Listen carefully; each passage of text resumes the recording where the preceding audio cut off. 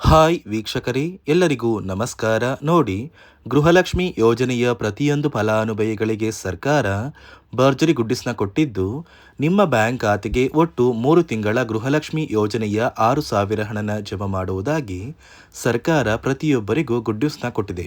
ಹೌದು ವೀಕ್ಷಕರೇ, ನಿಮ್ಮ ಬ್ಯಾಂಕ್ ಖಾತೆಗೆ 3 ತಿಂಗಳ 6,000 ಹಣನ ಸರ್ಕಾರ ನಾಳೆ ಶುಕ್ರವಾರ ಏಪ್ರಿಲ್ 17ರಂದು ಕರ್ನಾಟಕದ 26 ಜಿಲ್ಲೆಗಳ ಪ್ರತಿ ಫಲಾನುಭವಿಗಳಿಗೆ ಸರ್ಕಾರ ಜಮಾ ಮಾಡ್ತಾ ಇದೆ.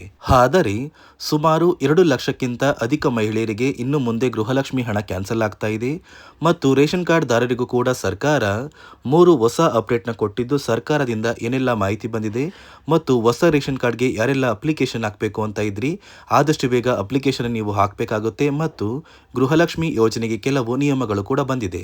ಹಾಗಾದರೆ ಸರ್ಕಾರ ಕೊಟ್ಟಿರುವ ಮಾಹಿತಿಯನ್ನು ಅಂತ ತಿಳಿಸ್ಕೊಡ್ತಾ ಇದ್ದೀನಿ. ಅದಕ್ಕಿಂತ ಮೊದಲು ನೋಡಿ ವೀಕ್ಷಕರೇ, ನೀವೇನಾದ್ರೂ ಇನ್ನೂ ಕೂಡ ನನ್ನ ಚಾನಲ್ನ ಸಬ್ಸ್ಕ್ರೈಬ್ ಆಗಿಲ್ಲ ಅಂದರೆ ದಯವಿಟ್ಟು ಪ್ರತಿಯೊಬ್ಬರು ಚಾನಲ್ನ ಸಬ್ಸ್ಕ್ರೈಬ್ ಮಾಡ್ಕೊಳ್ಳಿ, ಹಾಗೆ ವಿಡಿಯೋಗೆ ಒಂದು ಲೈಕ್ನ ಕೊಡಿ. ಹೌದು ವೀಕ್ಷಕರೇ, ಸರ್ಕಾರದಿಂದ ಪ್ರತಿಯೊಂದು ಗೃಹಲಕ್ಷ್ಮಿ ಯೋಜನೆಯ ಫಲಾನುಭವಿಗಳಿಗೂ ಹಾಗೂ ರೇಷನ್ ಕಾರ್ಡ್ ದಾರರಿಗೂ ಭರ್ಜರಿ ಗುಡ್ಡಿಸ್ನ ಕೊಟ್ಟಿದ್ದು, ಇಲ್ಲಿ ಗೃಹಲಕ್ಷ್ಮಿ ಯೋಜನೆಯಲ್ಲಿ ನಿಮ್ಮ ಬ್ಯಾಂಕ್ ಖಾತೆಗೆ ಜನವರಿ, ಫೆಬ್ರವರಿ ಮತ್ತು ಮಾರ್ಚ್ ತಿಂಗಳ 3 ತಿಂಗಳ ಹಣನ ಸರ್ಕಾರ ಜಮಾ ಮಾಡ್ತಾ ಇದೆ. ಈಗಾಗಲೇ ಫಲಾನುಭವಿಗಳಿಗೆ 26, 27ನೇ ಕಂತಿನ ಹಣ ಕೂಡ ಜಮಾ ಆಗಿದೆ. ಒಂದು ವೇಳೆ 27ನೇ ಕಂತಿನ ಹಣ ಬಂದಿಲ್ಲ ಅಂದರೆ 27ನೇ ಕಂತು, 28ನೇ ಕಂತು ಮತ್ತು 29ನೇ ಕಂತಿನ ಹಣನ ನಿಮ್ಮ ಬ್ಯಾಂಕ್ ಖಾತೆಗೆ ಸರ್ಕಾರ ಏಪ್ರಿಲ್ 17 ಶುಕ್ರವಾರ ಕರ್ನಾಟಕದ 26 ಜಿಲ್ಲೆಗಳಿಗೆ ಜಮಾ ಮಾಡಲಿದ್ದು, ಯಾವ ಜಿಲ್ಲೆಗಳಿಗೆ ಹಣ ಬರ್ತಾ ಇದೆ ಅಂದರೆ ಬೆಂಗಳೂರು ನಗರ, ಬೆಂಗಳೂರು ಗ್ರಾಮಾಂತರ, ರಾಮನಗರ, ಚಿಕ್ಕಬಳ್ಳಾಪುರ, ಚಿತ್ರದುರ್ಗ, ದಾವಣಗೆರೆ, ಕೋಲಾರ, ಶಿವಮೊಗ್ಗ, ತುಮಕೂರು, ಬಾಗಲಕೋಟೆ, ಬೆಳಗಾವಿ, ವಿಜಯಪುರ, ಗದಗ, ಹಾವೇರಿ, ಬಳ್ಳಾರಿ, ಬೀದರ್, ಕಲಬುರಗಿ, ಕೊಪ್ಪಳ, ರಾಯಚೂರು, ಯಾದಗಿರಿ, ವಿಜಯನಗರ, ಚಾಮರಾಜನಗರ, ಚಿಕ್ಕಮಗಳೂರು, ದಕ್ಷಿಣ ಕನ್ನಡ, ಹಾಸನ, ಕೊಡಗು, ಮಂಡ್ಯ, ಮೈಸೂರು ಮತ್ತು ಉಡುಪಿ ಈ ಜಿಲ್ಲೆಗಳ ಪ್ರತಿಯೊಂದು ಫಲಾನುಭವಿಗಳಿಗೆ ಸರ್ಕಾರ 3 ತಿಂಗಳ ಗೃಹಲಕ್ಷ್ಮಿ ಯೋಜನೆಯ 6,000 ಹಣನ ಜಮಾ ಮಾಡ್ತಾ ಇದೆ. ಆದರೆ ಸುಮಾರು 2,50,000ಕ್ಕಿಂತ ಅಧಿಕ ಮಹಿಳೆಯರಿಗೆ ಇನ್ನು ಮುಂದೆ ಗೃಹಲಕ್ಷ್ಮಿ ಹಣನ ಸರ್ಕಾರ ಕ್ಯಾನ್ಸಲ್ ಕೂಡ ಮಾಡಿದೆ. ಕಾರಣ ಏನು ಅಂದರೆ ಗೃಹಲಕ್ಷ್ಮಿಯಲ್ಲಿ ಬಂದಿರುವ ಕೆಲವು ಹೊಸ ನಿಯಮಗಳು ಹಾಗೂ ಈ 2,50,000 ಮಹಿಳೆಯರು ಗೃಹಲಕ್ಷ್ಮಿ ಯೋಜನೆಗೆ ಮರು ಅರ್ಜಿನ ಹಾಕಬೇಕಾಗುತ್ತೆ. ಯಾಕಂದರೆ ಇಲ್ಲಿಯವರೆಗೂ ಸಾಕಷ್ಟು ಫಲಾನುಭವಿಗಳಿಗೆ ಗೃಹಲಕ್ಷ್ಮಿ ಹಣ ಬರ್ತಾ ಇತ್ತು. ಆದರೆ 2 ಲಕ್ಷಕ್ಕಿಂತ ಅಧಿಕ ಮಹಿಳೆಯರು ಗೃಹಲಕ್ಷ್ಮಿ ಯೋಜನೆಯಲ್ಲಿ ಮರಣ ಹೊಂದಿದ್ದಾರೆ. ಇಲ್ಲಿ ಸರ್ಕಾರಕ್ಕೆ ಯಾವ ಮಹಿಳೆಯರು ಮರಣ ಹೊಂದಿದ್ದಾರೆ ಮತ್ತು ಯಾವ ಮಹಿಳೆಯರಿಗೆ ಹಣ ಜಮಾ ಮಾಡಬೇಕು ಅಂತ ತಿಳಿಯೋಕೆ ನಿಮ್ಮ ಊರಿಗೆ ಸರ್ಕಾರ ಕೆಲವು ಅಧಿಕಾರಿಗಳನ್ನ ನೇಮಕ ಮಾಡಿ ಕಳಿಸ್ತಾರೆ. ಆ ಒಂದು ಅಧಿಕಾರಿಗಳು ಪ್ರತಿ ಫಲಾನುಭವಿಗಳ ದಾಖಲಾತಿಗಳನ್ನ ಪರಿಶೀಲನೆ ಮಾಡಿ ಗೃಹಲಕ್ಷ್ಮಿ ಯೋಜನೆಯ ಹಣನ ನಂತರ ಜಮಾ ಮಾಡ್ತಾರೆ.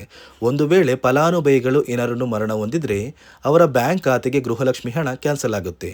ಅದೇ ರೀತಿ ಪ್ರತಿ ವರ್ಷವೂ ನೀವು ವರ್ಷದ ಕೊನೆಯಲ್ಲಿ ಗೃಹಲಕ್ಷ್ಮಿ ಯೋಜನೆಯ ಹಣನ ಪಡಿಬೇಕು ಅಂದರೆ ಮರು ಅರ್ಜಿನ ಹಾಕೋದು ಕಡ್ಡಾಯವಾಗಿದೆ. ನೀವು ಹೊಂದಿರುವ ಲೈಫ್ ಸರ್ಟಿಫಿಕೇಟ್ನ ಕೊಟ್ಟು ನೀವು ಗೃಹಲಕ್ಷ್ಮಿ ಯೋಜನೆಗೆ ಮರು ಅರ್ಜಿನ ಹಾಕಿದ್ರೆ ಮಾತ್ರ ಸರ್ಕಾರದಿಂದ ನಿಮ್ಮ ಬ್ಯಾಂಕ್ ಖಾತೆಗೆ ಗೃಹಲಕ್ಷ್ಮಿ ಹಣ ಬರೋದು.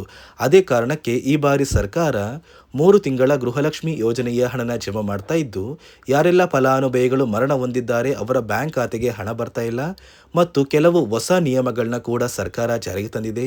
ಆ ನಿಯಮಗಳು ಏನು ಅಂತ ಕೂಡ ತಿಳಿಸ್ಕೊಡ್ತೀನಿ. ಅದಕ್ಕಿಂತ ಮೊದಲು ರೇಷನ್ ಕಾರ್ಡ್ ಹೊಂದಿರುವ ಪ್ರತಿಯೊಂದು ಕಾರ್ಡ್ದಾರರಿಗೂ ಕೂಡ ಸರ್ಕಾರ 3 ಮುಖ್ಯವಾದ ಭರ್ಜರಿ ಗುಡ್ಡಿಸ್ನ ಕೊಟ್ಟಿದ್ದು, ಮೊದಲ ಒಂದು ಗುಡ್ ನ್ಯೂಸ್ ಬಂದು ಸರ್ಕಾರ ಹೊಸ ರೇಷನ್ ಕಾರ್ಡ್ಗೆ ಅರ್ಜಿನ ಸ್ವೀಕಾರ ಮಾಡ್ತಾ ಇದೆ. ನೀವು ಕೂಡ ಹೊಸ ರೇಷನ್ ಕಾರ್ಡ್ನ ಪಡಿಬೇಕು ಅಂದರೆ ಆದಷ್ಟು ಬೇಗ ಅರ್ಜಿನ ಹಾಕಿ. ಅದೇ ರೀತಿ ಎರಡನೆಯ ಒಂದು ಗುಡ್ ನ್ಯೂಸ್ ಬಂದು ನೋಡಿ ವೀಕ್ಷಕರೇ, ನಿಮ್ಮ ಒಂದು ರೇಷನ್ ಕಾರ್ಡ್ಗೆ ಸರ್ಕಾರ ಈ ಏಪ್ರಿಲ್ ತಿಂಗಳಲ್ಲಿ ಫೆಬ್ರವರಿ ಮತ್ತು ಮಾರ್ಚ್ ತಿಂಗಳ ಒಟ್ಟು 2 ತಿಂಗಳ ಇಂದಿರಾ ಕಿಟ್ನ ವಿತರಣೆ ಮಾಡ್ತಾ ಇದೆ. 5 ರೀತಿಯ ಆಹಾರ ಪದಾರ್ಥಗಳು ಇರುವಂತಹ 10 ಆಹಾರ ಪದಾರ್ಥಗಳನ್ನ ಸರ್ಕಾರ ಈ ಏಪ್ರಿಲ್ ತಿಂಗಳಲ್ಲಿ ಪ್ರತಿಯೊಂದು ರೇಷನ್ ಕಾರ್ಡ್ದಾರರಿಗೆ ಕೊಡ್ತಾ ಇದ್ದು, ಪ್ರತಿಯೊಬ್ಬರಿಗೂ ಆದಷ್ಟು ಬೇಗ ಈ ಒಂದು ಸೌಲಭ್ಯ ಸಿಗ್ತಾ ಇದೆ. ಅದೇ ರೀತಿ ಮೂರನೆಯ ಒಂದು ಗುಡ್ ನ್ಯೂಸ್ ಬಂದು ಇನ್ನು ಮುಂದೆ ನೀವು ಉಚಿತ ಅಕ್ಕಿ ಪಡಿಬೇಕು ಅಂದರೆ ಆ ಒಂದು ಬಯೋಮೆಟ್ರಿಕ್ ಮಷಿನ್ ಮೇಲೆ ಬೆರಳಿಡುವಂತಹ ಅವಶ್ಯಕತೆ ಇಲ್ಲ.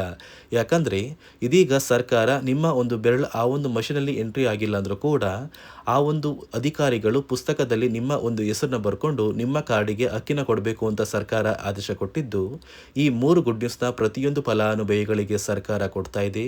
ಇದರ ಜೊತೆಗೆ ನಿಮ್ಮ ಬ್ಯಾಂಕ್ ಖಾತೆಗೆ ಗೃಹಲಕ್ಷ್ಮಿ ಯೋಜನೆಯ ಹಣ ಇನ್ನು ಮುಂದೆ ಬರಬೇಕು ಅಂದರೆ 5 ರೀತಿಯ ಹೊಸ ನಿಯಮಗಳನ್ನ ನೀವು ಪಾಲಿಸಬೇಕು ಅಂತ ಸರ್ಕಾರ ಆದೇಶ ಕೊಟ್ಟಿದೆ.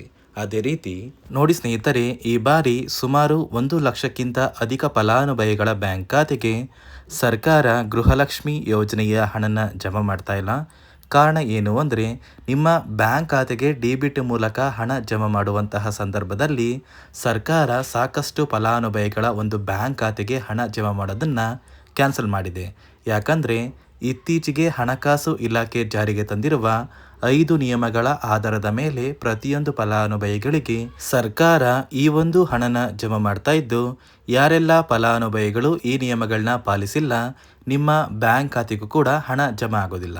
ಹಾಗಾದರೆ ಬನ್ನಿ ಸ್ನೇಹಿತರೆ, ಸರ್ಕಾರ ಜಾರಿಗೆ ತಂದಿರುವ ಆ 5 ಹೊಸ ನಿಯಮಗಳು ಏನು ಅಂತ ನಾನು ನಿಮಗೆ ತಿಳಿಸ್ಕೊಡ್ತಾ ಇದ್ದೀನಿ. ನೋಡಿ ಸ್ನೇಹಿತರೆ, ಮೊದಲನೆಯ ಒಂದು ನಿಯಮ ಬಂದು, ಸಾಕಷ್ಟು ಫಲಾನುಭವಿಗಳು ಹೊಂದಿರುವಂತಹ ಒಂದು ರೇಷನ್ ಕಾರ್ಡ್ ಏನಿದೆ, ಆ ಒಂದು ರೇಷನ್ ಕಾರ್ಡ್ನ ಮನೆಯ ಸದಸ್ಯರ ಪ್ರತಿಯೊಬ್ಬರ ಒಂದು ಆಧಾರ್ ಕಾರ್ಡ್ನ ನಿಮ್ಮ ರೇಷನ್ ಕಾರ್ಡ್ಗೆ ಕಡ್ಡಾಯವಾಗಿ ಲಿಂಕ್ ಮಾಡಿಸ್ಬೇಕು. ಅಂದರೆ ಈ ಒಂದು ಲಿಂಕ್ ಮಾಡಿಸುವಂತಹ ಒಂದು ಪ್ರೊಸೀಜರ್ಗೆ ಸರ್ಕಾರ KYC ಅಂತ ಕರೀತಾರೆ. ನಿಮ್ಮ ರೇಷನ್ ಕಾರ್ಡ್ಗೆ ಇನ್ನೂ ಸಹ KYC ಆಗಿಲ್ಲ ಅಂದರೆ ನಿಮ್ಮ ಬ್ಯಾಂಕ್ ಖಾತೆಗೆ ಸರ್ಕಾರ ಮುಂದಿನ ದಿನಗಳಲ್ಲಿ ಗೃಹಲಕ್ಷ್ಮಿ ಯೋಜನೆಯ ಹಣನ ಕ್ಯಾನ್ಸಲ್ ಮಾಡುತ್ತೆ. ಅದೇ ರೀತಿ ಎರಡನೆಯ ಒಂದು ನಿಯಮ ಬಂದು, ಸಾಕಷ್ಟು ಫಲಾನುಭವಿಗಳು ಕಳೆದ 3 ತಿಂಗಳಿಂದ ಸರ್ಕಾರದಿಂದ ಬರ್ತಾ ಇರುವಂತಹ ಒಂದು ರೇಷನ್ ಏನಿದೆ, ಅಂದರೆ ಉಚಿತ ಅಕ್ಕಿ ಏನಿದೆ, ಈ ಒಂದು ರೇಷನ್ನ ಪಡ್ಕೋತಾ ಇಲ್ಲ. ಒಂದು ವೇಳೆ ಕಳೆದ 3 ತಿಂಗಳಿಂದ ನೀವು ರೇಷನ್ನ ಪಡ್ಕೊಂಡಿಲ್ಲ ಅಂದರೆ ಸರ್ಕಾರ ನಿಮ್ಮ ಬಳಿ ಇರುವಂತಹ ಒಂದು ರೇಷನ್ ಕಾರ್ಡ್ನ ಕ್ಯಾನ್ಸಲ್ ಮಾಡುತ್ತೆ. ನಿಮ್ಮ ರೇಷನ್ ಕಾರ್ಡ್ನ ಸರ್ಕಾರ ಕ್ಯಾನ್ಸಲ್ ಮಾಡಿದ್ರೆ ನಿಮ್ಮ ಬ್ಯಾಂಕ್ ಖಾತೆಗೆ ಗೃಹಲಕ್ಷ್ಮಿ ಯೋಜನೆಯ ಹಣ ಇರ್ಬೋದು ಮತ್ತು ಸರ್ಕಾರದಿಂದ ಬರುವಂತಹ ಒಂದು ಸೌಲಭ್ಯಗಳನ್ನ ನೀವು ಕಳ್ಕೋಬೇಕಾಗುತ್ತೆ. ಅದೇ ರೀತಿ ಮೂರನೆಯ ಒಂದು ನಿಯಮ ಬಂದು, ನೋಡಿ ಸ್ನೇಹಿತರೆ, ನಿಮ್ಮ ಬಳಿ ಇರುವಂತಹ ಒಂದು ಆಧಾರ್ ಕಾರ್ಡ್ ಏನಿದೆ, ಆ ಒಂದು ಆಧಾರ್ ಕಾರ್ಡ್ನ ಕಳೆದ 15 ವರ್ಷಗಳಲ್ಲಿ ನೀವು ಯಾವುದೇ ರೀತಿಯ ಒಂದು ತಿದ್ದುಪಡಿನ ಮಾಡಿಸಿಲ್ಲ ಅಂದರೆ ನಿಮ್ಮ ಬ್ಯಾಂಕ್ ಖಾತೆಗೆ ಸರ್ಕಾರ ಗೃಹಲಕ್ಷ್ಮಿ ಯೋಜನೆಯ ಹಣನ ಕ್ಯಾನ್ಸಲ್ ಮಾಡುತ್ತೆ.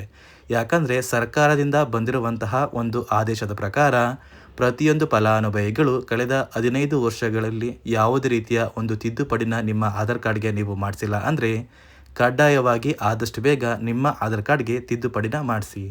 ಅದೇ ರೀತಿ 4ನೆಯ ಒಂದು ನಿಯಮ ಬಂದು, ನಿಮ್ಮ ಕುಟುಂಬದ ಒಂದು ವಾರ್ಷಿಕ ಆದಾಯ 7 ಲಕ್ಷಕ್ಕಿಂತ ಕಡಿಮೆ ಇರಬೇಕು. ಒಂದು ವೇಳೆ ನಿಮ್ಮ ಕುಟುಂಬದ ವಾರ್ಷಿಕ ಆದಾಯ 7 ಲಕ್ಷಕ್ಕಿಂತ ಜಾಸ್ತಿ ಇದ್ದರೆ ನಿಮ್ಮ ಬ್ಯಾಂಕ್ ಖಾತೆಗೆ ಸರ್ಕಾರ ಗೃಹಲಕ್ಷ್ಮಿ ಯೋಜನೆಯ ಹಣನ ಕ್ಯಾನ್ಸಲ್ ಮಾಡುತ್ತೆ. ಅದೇ ರೀತಿ 5ನೆಯ ಒಂದು ನಿಯಮ ಬಂದು, ನಿಮ್ಮ ಕುಟುಂಬದ ಸದಸ್ಯರು ಅಥವಾ ಗೃಹಲಕ್ಷ್ಮಿ ಯೋಜನೆಯ ಫಲಾನುಭವಿಗಳು ಯಾರು ಕೂಡ ಸರ್ಕಾರಿ ನೌಕರರಾಗಿ ಕಾರ್ಯನಿರ್ವಹಿಸ್ತಾ ಇರಬಾರ್ದು. ಒಂದು ವೇಳೆ ನಿಮ್ಮ ಕುಟುಂಬದಲ್ಲಿ ಯಾರೇ ಆಗಿದ್ರೂ ಸರ್ಕಾರಿ ನೌಕರರಾಗಿ ಕಾರ್ಯನಿರ್ವಹಿಸ್ತಾ ಇದ್ದರೆ ನಿಮ್ಮ ಬ್ಯಾಂಕ್ ಖಾತೆಗೆ ಗೃಹಲಕ್ಷ್ಮಿ ಯೋಜನೆಯ ಹಣ ಕ್ಯಾನ್ಸಲ್ ಆಗುತ್ತೆ. ಈ 5 ನಿಯಮಗಳ ಆಧಾರದ ಮೇಲೆ ಪ್ರತಿಯೊಂದು ಫಲಾನುಭವಿಗಳಿಗೆ ಸರ್ಕಾರ ಹಣ ಜಮಾ ಮಾಡ್ತಾ ಇದೆ. ಒಂದು ವೇಳೆ ನೀವು ಈ 5 ನಿಯಮಗಳನ್ನ ಪಾಲಿಸಿಲ್ಲ ಅಂದರೆ ನೀವು ಕೂಡ ಗೃಹಲಕ್ಷ್ಮಿ ಯೋಜನೆಯ ಹಣದಿಂದ ವಂಚಿತರಾಗಬೇಕಾಗುತ್ತೆ. ನೋಡಿ ವೀಕ್ಷಕರೇ, ನಿಮ್ಮ ಬ್ಯಾಂಕ್ ಖಾತೆಗೂ ಕೂಡ ಸರ್ಕಾರದಿಂದ ನಾಳೆ ಶುಕ್ರವಾರ ಏಪ್ರಿಲ್ 17ರಂದು ಕರ್ನಾಟಕದ 26 ಜಿಲ್ಲೆಗಳಿಗೆ 3 ತಿಂಗಳ ಗೃಹಲಕ್ಷ್ಮಿ ಯೋಜನೆಯ 6,000 ಹಣನ ಜಮಾ ಮಾಡ್ತಾ ಇದ್ದಾರೆ. ಆದರೆ ಸಾಕಷ್ಟು ಫಲಾನುಭವಿಗಳಿಗೆ ಈ ಒಂದು ಹಣ ಕ್ಯಾನ್ಸಲ್ ಆಗಿದೆ. ಅದೇ ರೀತಿ ರೇಷನ್ ಕಾರ್ಡ್ ದಾರರಿಗೂ ಕೂಡ ಸರ್ಕಾರ ಭರ್ಜರಿ ಗುಡ್ಡಿಸ್ನ ಕೊಟ್ಟಿದೆ ಅಂತ ಹೇಳ್ತಾ, ಇದಿಷ್ಟು ಸರ್ಕಾರದಿಂದ ಬಂದಿರುವ ಹೊಸ ಮಾಹಿತಿಯಾಗಿದೆ.